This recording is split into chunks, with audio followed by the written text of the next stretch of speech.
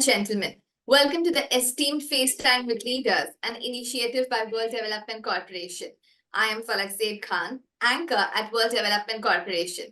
FaceTime with Leaders is a platform for industry titans to share their experiences, thoughts, ideas, and best practices in order to inspire one another and future leaders. In a nutshell, we attempt to encapsulate the multi-decadal learnings acquired by these industry leaders. We also hope that by conducting these FaceTime with Leaders interviews, we can bring together a global community of eminent personalities. By bringing together such visionaries on one platform, we hope to play a part in inspiring the lives of other leaders. Great learnings from great leaders undoubtedly assist everyone by identifying, nurturing, and using the trade secrets that are proven success formulas for many. And this is what we aim for with these sessions by making them a gathering of industry stalwarts and a knowledge-sharing community. We have one such industry titan on FaceTime with Leaders with us today, Dr. Vandana R. Singh. Hello, Dr. Vandana. We are glad to have you here today with us on FaceTime with Leaders. Thank you. Thank you, Falak. I'm very happy to be here. Thank you so much. Same here. So let me give you a quick brief about Dr. Vandana R. Singh. She's a luminary straddling the realms of education technology, literary translation, and social development, and embodies a rare blend of scholarly acumen and unwavering altruism. Her legacy is etched in her profound literary translations and also in her visionary leadership as the founder and chairperson of the RS Foundation, an esteemed not-for-profit organization. Beyond her transformative interpretations of ancient texts, Dr. Singh's trailblazing efforts transcend conventional boundaries. Her podcast, Gita Talks, Life-Changing Revelations, is a testament to her ability to distill wisdom into actionable insights, making ancient teachings relevant to the modern world. In her stewardship of the RS Foundation, she champions causes that resonate deeply within society. From bridging the digital divide, especially for marginalized women and children, to spearheading environmental initiatives, her impact is far-reaching. Her commitment to empowering underprivileged communities aligns with her profound belief: education is the most powerful tool to change the world. So, Dr. Vandana Singh, could you let our viewers know about some of your biggest professional achievements across the timeline, please? Thank you. Thank you, Falak. First of all, thank you for having me here. So your question about my biggest professional achievements. Let me just water that down a bit and first talk about my achievements, so to speak, which may or may not be strictly professional. So it's tough to talk about one's achievements without sounding grand, but let me try and answer that question. And let me also tell you here that maybe what I view as my biggest achievement may or may not be viewed as a professional achievement, but I personally do think of it as my biggest achievement. And for that, I will need to rewind a little bit in time. So I graduated in English Honours from Miranda House, Delhi University in 1979. And I'm happy and proud to share that I contested the elections. And I was the president of the Students' Union for that year. And very soon at the age of 24, I was a mother of two. And somehow after this, I decided to pursue my studies. And I completed my master's in English literature in 1985. And at that time, my older child was 3+ and my younger one was 2+. And so now when I look at young mothers and young parents around me who are into this very active parenting, and when I look at all that it takes, I really wonder how I did it all. I really don't know.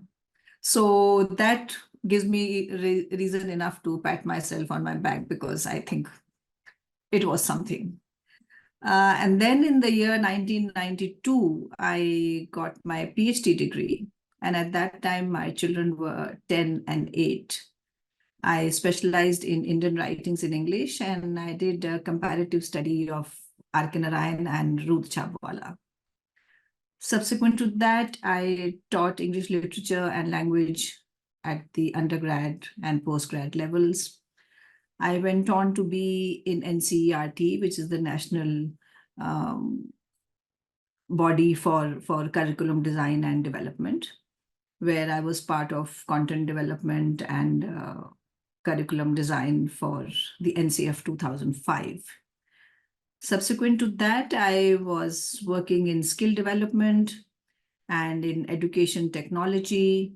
And alongside this, I was also a commissioned author with Oxford University Press, where I was writing books for children for English language teaching. I'm happy to say that many of these books are part of the curriculum in many schools across the country and some outside the country as well.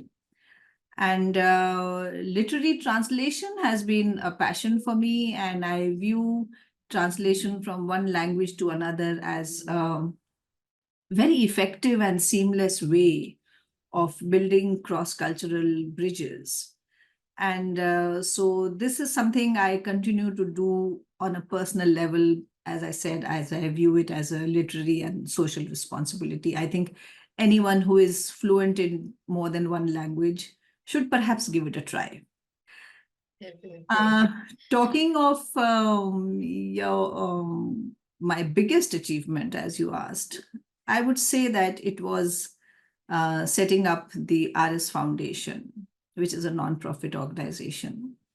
We set it up at a very, very difficult time and at a very unfortunate time, which was the beginning of COVID, and we set this up in June 2020. And of course, that time we had no idea how long this nightmare is going to go on for. And as you know, it did go on for a long time. And but I'm happy to say that we will talk more about it later, I'm sure. But I'm happy to say that we were able to set up the foundation. We were able to get going. We were able to set up our website, to set up our teams, and to start work. So setting up the RS Foundation and trying to fulfill the three tenets, that is education, empowerment, and empathy, continue to be the driving force for me personally, and also as somebody who is driving the foundation towards our goals and all these goals which we have set for ourselves. So that makes it even more interesting because you are the goal setter and you are also trying to be the goal achiever. So that generates a very unique kind of energy and a unique activity. And I'm really very happy to be part of all this. That's really very great and indeed a wonderful and a challenging career journey so far, we must say. So, as someone with seamless spiritual, social, and professional pursuits, what are some values and principles you live by in your day-to-day life? So, spiritual and spirituality are very big words. And these are very complex concepts. And so I'm really not sure if I'm at a level where I would call myself a spiritual person. But yes, I'm surely somebody who is very much connected with my inner self. And I'm a God-fearing person. So if these two things put together make one spiritual, then yes, I'm spiritual.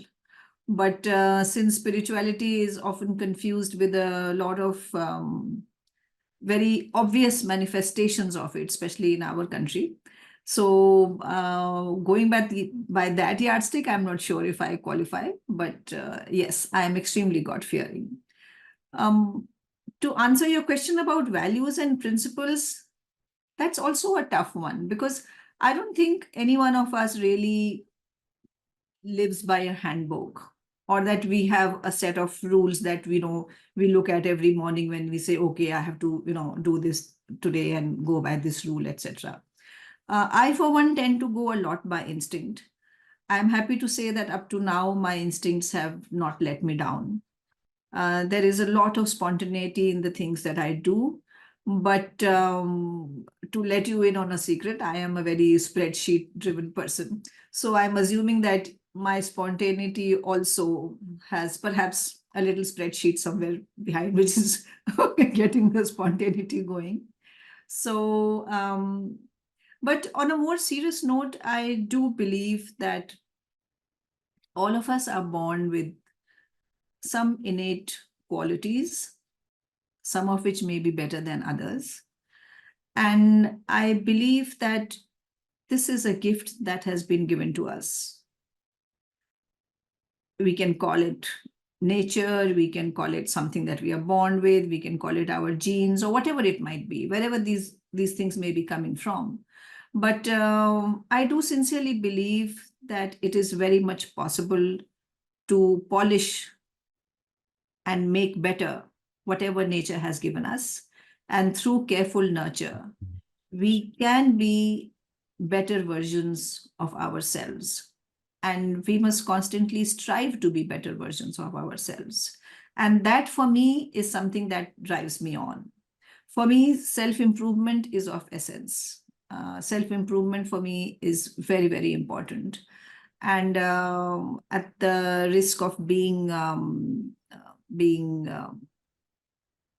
little grand, let us say, I would like to share that I'm a natural self-learner. I'm good at setting targets for myself. I'm good at finding different ways of learning. And I'm a visual learner and I'm a hands-on learner. So that is broadly what keeps me going. Pursuit of excellence is something that I think we all should be in pursuit of. Whatever it is that one does, to do it well and to do it even better than well, if possible.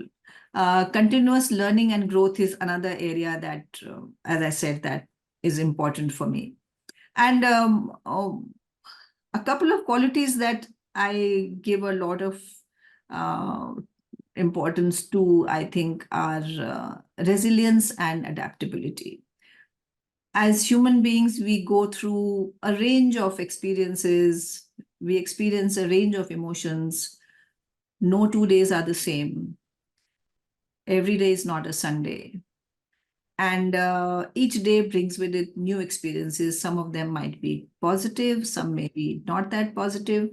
And so to have that resilience, to be able to match on these, to live up to these changes, to be able to take on these challenges, I think requires a lot of adaptability also. So I think resilience and adaptability for me are two things that go together.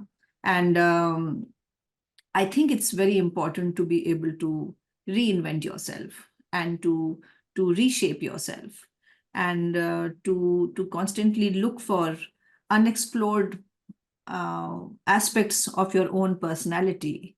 And by doing that, I think you can enrich yourself quite seamlessly. And last but not least, I would say that I really believe in the power of collaboration and connection. I think while individual creativity is a wonderful thing, but when people work together, when people work as a team, I think a very unique and positive energy is created by that synergy. And there is a certain richness in collaboration that may be possible in individual creativity, may not be possible. But I think we might perhaps be the only life forms that can work in teams and that can work in different teams. And so I think this is a unique gift to Homo sapiens to be yourself, to be part of team A, to be part of team B, and 5 years down the line to be on a completely new playing ground. So your resilience and adaptability comes in there. So I think we need not be just, just be doing one thing. I think multitasking, multi-skilling, adaptability, resilience, these are the things that are very important for me. It's also very important to walk with your eyes on the ground. That's something that I've always tried to do and I still do, because I feel that while it's good to have your eyes on the peak of the mountain that you're going to be climbing, but then if you're going to be just looking at that peak, you'll probably not reach it. Right. So I think eyes on the ground, never refuse a project. And I don't see myself as a competitive person, but I'm in huge competition with my own self. I'm always competing with what I was yesterday so that I can be better today. Good. So I hope that answers your question to some extent. Right. That's really very great. I mean, like to have someone else as a competition rather be your own competition, that is also helpful in your own growth. Yeah. So your commitment to bridging the digital divide, especially for marginalized women and children, is evident. Can you elaborate on specific initiatives or projects undertaken by the RS Foundation to address this issue? So to talk about my conviction and my commitment to bridging the digital divide and to address the latter part of your question, I must share with you that during my years of corporate experience, I did a lot of work on digital literacy, on skill development, on social development programs. I worked a lot with marginalized communities, and I was taking forward a lot of CSR initiatives where we were looking at substance abuse, we were looking at issues of women empowerment, health awareness. I have done a lot of work in some of the very remote tribal areas of the country where we have prepared children to appear in the open school exam so that they can get their class 10 certification. And I was engaged with this work for almost 20 years, which is a long time by any yardstick. And so when the opportunity came of setting up the RS Foundation, which is something that I would have driven myself personally, and I continue to do so, it somewhere became a confluence of all of these things. All my experiences of working in the corporate sector and yet in social development programs somewhere gave me the all the inputs that were required, firstly to set up a foundation, and secondly to think on a and to plan and to implement on a large scale, on a large canvas, to think at not just the local level, but to be able to think at the national level and perhaps even the international level. So I have to say that my experience, my work experience, came in very useful for setting up the foundation. And the foundation, as I mentioned earlier, was set up in the year 2020. And at that time, we had absolutely no idea how long this nightmare is going to go on for. Initially, it seemed like it would be days. Then it became weeks, and then it became months. And indeed, eventually, it was almost 2 years. As we all know that for almost 2 years, life was not normal. But I hesitate to say this, and I do not have the right words to use for this, but somewhere these unfortunate circumstances in which the entire world was suffering gave us a lot of opportunities. It gave us opportunity to do the work that we were wanting to do. And so in 2020, we signed up an MOU with the Punjab government where they gave us access to 19,500 schools in the state. And the schools, we were only looking at English teachers of these schools, and that added up to about 1 lakh of teachers. And we had to train them all. So what we did was that we Challenging task. huge task. And eventually, Falak, we were able to impact 3.2 million school children. Wow. Through the app that we created and through the online learning sessions that we held. And so what we did was that we got hold of the Punjab State Education Board English books. Mm.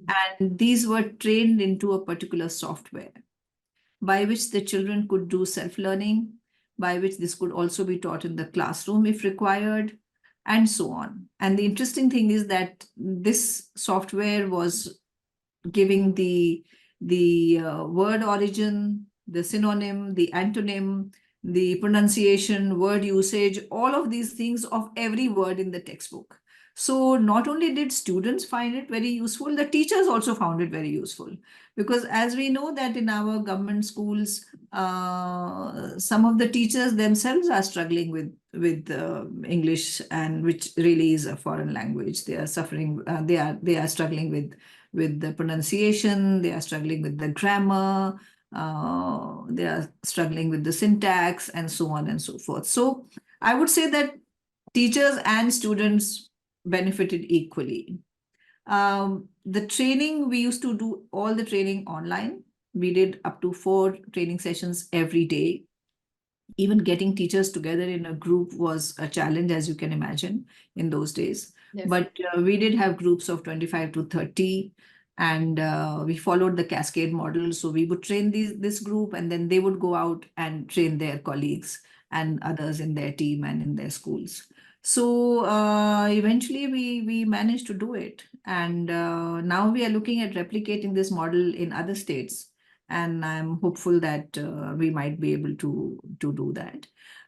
In addition to that, the foundation is also working with patients with neurological issues. We are helping them with medication, and we sometimes also support with fundraisers, etc., for helping out somebody who requires a life-saving surgery.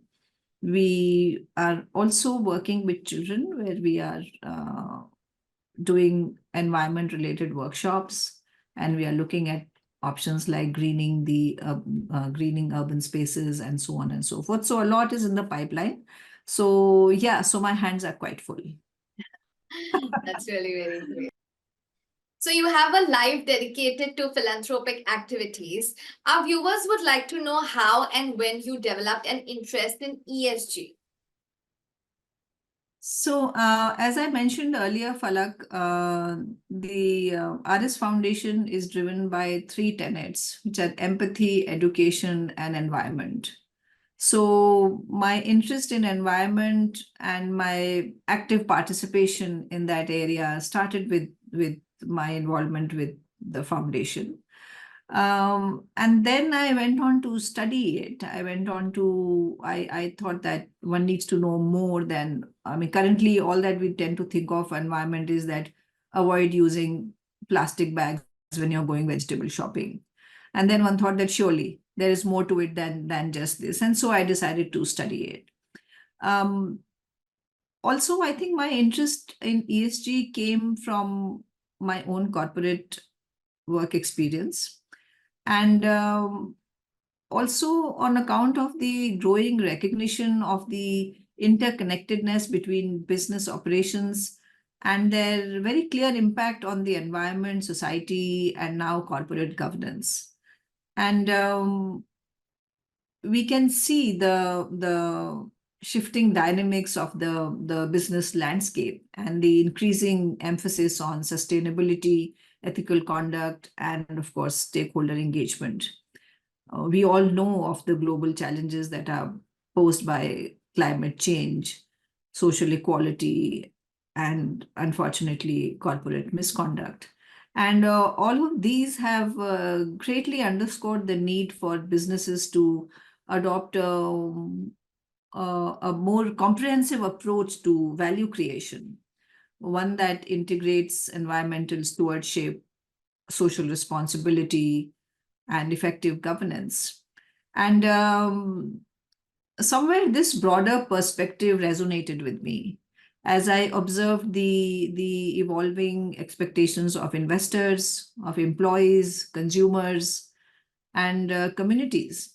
And more and more, all of these are watching corporate houses as to what they are doing. So the corporate world is under a scanner now for very different reasons. And as one engages with the evolving discourse on sustainable business practices, it's easy to recognize the potential for ESG considerations to drive positive change and for long-term value creation. And additionally, the alignment of ESG principles with broader societal goals and the potential to mitigate risks while fostering innovation and resilience is another growing area. And I'm particularly personally drawn to the idea that businesses could contribute very meaningfully to environmental conservation, to social well-being, and ethical governance, while simultaneously enhancing their own performance and their own reputation. And even businesses and business leaders who may be more outcome driven in terms of what the balance sheet reflects, now there's enough reason for them to focus on ESG, to work towards long-term gains. And the other factor would be the increasing integration of ESG factors into investment decisions and the emergence of frameworks for reporting and assessing ESG performance. And we see that there is a growing momentum behind sustainable investing and the demand for transparent ESG disclosures. And there is a very clear and obvious shift in investment behavior and market dynamics. And then there is a recognition of the interconnectedness between ESG factors and, as I said earlier, between long-term financial performance. And by now we have enough studies and empirical evidence that demonstrates that companies with strong ESG practices tend to exhibit more robust resilience and lower risk profiles and enhance financial performance over time. So all of these put together make it very obvious that ESG is the thing of the future. And ignoring it now might actually end up in having to pay a very heavy price for it in the not so far future. And the evolving expectations of employees, customers, and communities brings in a pressure which is very different from the sort that, that might be there for internal corporate governance. These are pressures that are coming from outside, whether we call it pressures or expectations. But as I said, that the corporate world is under a lens now, and it is being watched by employees, by intellectuals, by customers, regulators, very, very young people, students, and communities. So it is imperative. And I would say that ESG is an idea whose time has come. And I do not think that there is now even a day to waste before the corporate world starts to wholeheartedly embrace ESG. So we would like to know, like, as an ESG expert, what values do you bring to the table? Okay, all the questions you are asking push one into being immodest. So once again, I will try. So let me put it this way, that I think ESG by its very nature, and as we know, ESG stands for environmental social governance. I think it endorses diversity of board members, something that SEBI has already put in place by necessitating inclusion of women on boards. And ESG somewhere endorses diversity in terms of gender, professional backgrounds, areas of study and expertise. All of these lie at the very essence of ESG, because when we talk of the social part of it, this can only be negotiated, or rather this can be more effectively negotiated by bringing together experts from diverse fields, thereby maximizing the chances of appropriate strategizing and future planning. And so I feel that I would personally contribute positively in this regard, given my experience of the social sector and the education sector, and the knowledge that I have gained on environmental advances being made globally to counter climate change. And of course, expertise on corporate governance based on my own years of corporate governance and I would say rather a good understanding of best practices adopted from all over the world, both from large corporates to more humble ventures. And my approach to ESG values is deeply rooted in a very holistic commitment to sustainable and responsible business practices. I would root for a multifaceted perspective that encompasses the interconnectedness of environmental stewardship, social impact, and effective governance in driving long-term value creation for the organization and its stakeholders. I think environmental sustainability is of absolute essence. And I would advocate for the integration of environmentally sustainable practices into the organization's operations and decision-making processes. This would involve promoting initiatives aimed at reducing the organization's carbon footprint, at minimizing waste, and conserving natural resources. I would prioritize the adoption of eco-friendly technologies and practices that contribute to environmental preservation, which also, while also considering the impact of all of these on ecosystems and communities. And very quickly, I would also like to mention the development of robust employee welfare programs and ethical supply chain management and community engagement efforts. So I'll stop there. That's indeed a great and a commendable thought, we must say. And we wish you all the best for the same as well. Thank you. So we want to know, like, when we talk about technology, what are some of the most remarkable changes you have seen in your field with changes in technology? And what changes do you expect to see with the advent of IoT, AI, ML, blockchain, big data, and Web 3.0? I'm so happy you asked me this question because technology excites me a lot. Though I'm not a techie, not by any yardstick, but technology excites me.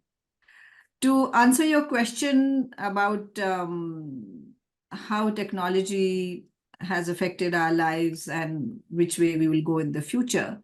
So to address the first part of your question, I would say that the ways in which technology has affected our lives are really so obvious. The fact that you and I are having a conversation right now with, sitting thousands of miles apart, Right. is in itself a manifestation of what technology can do and what it is doing.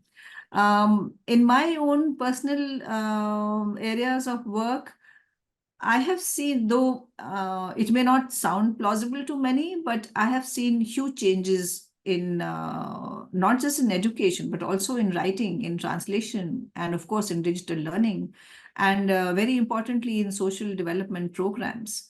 So in education, as we all know, that learning has now become so much more accessible, so interactive, so personalized, and it allows students to engage with educational content in such innovative ways. I mean, sometimes when I see the stuff that kids use now, I almost envy them, because I wish we had all this when we were in school.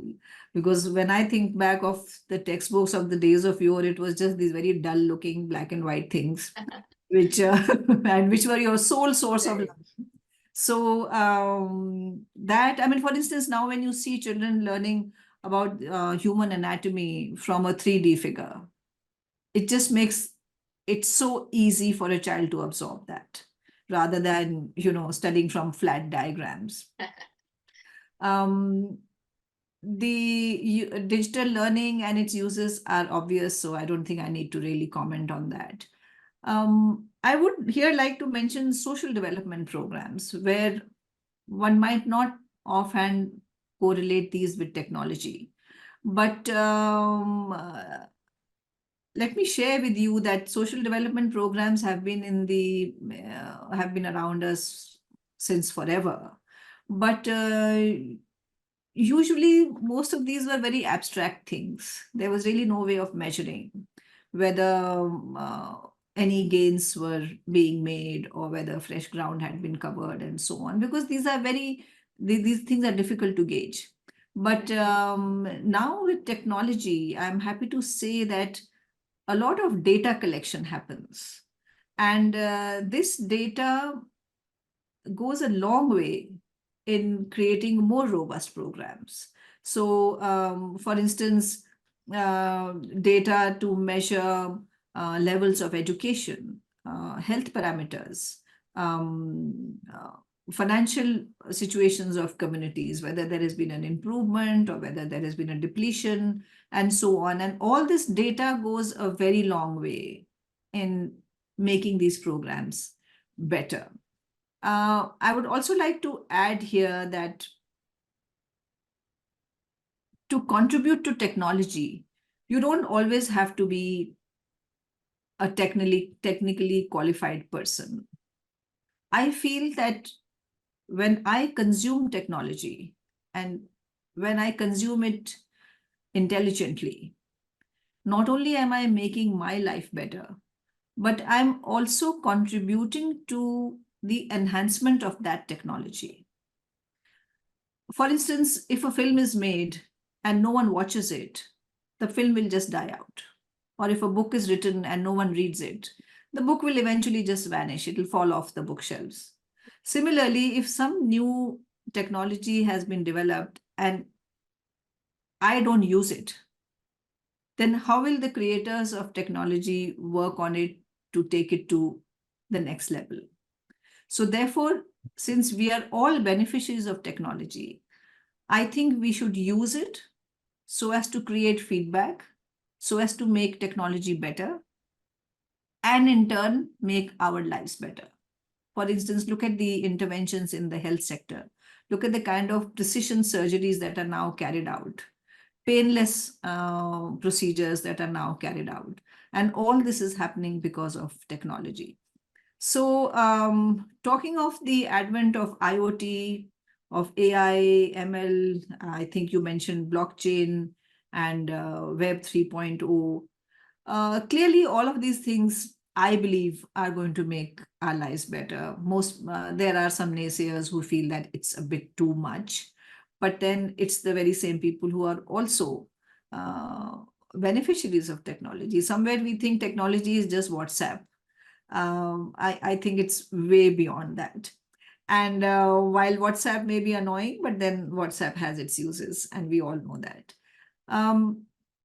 To say where it will take us is not a difficult question to answer. I think it is impossible to answer that question, because I think even those who are actively working in creating technology, perhaps even they would not know where it will take us eventually, because it is constantly evolving, and it is not just one person who's doing this. There are different people working on different things. So where it will take us 10 years from now, I feel that everything that we can imagine will of course happen. But what will also happen are things that we cannot even imagine today. Okay, so to be able to answer your question about where technology will take us, I don't think it is just difficult to answer that question. I think it is impossible to answer that question, because where technology will take us is anybody's guess. I would say that even those who are working on technology and those who are creating technology, even they perhaps would not know where it will take us 10 years from now. because it's something that's constantly growing, it's constantly developing, and there is no one person who's doing this. There are different people working on different aspects, and so to be able to say in black and white, okay, this is where we will be 10 years from now, I do not think that is possible. I also think that anything that we can imagine will happen tech related is of course going to happen. But what is also going to happen are things that today you and I, or at least I, cannot imagine. So, but like I said, that I am tech. I am pro technology.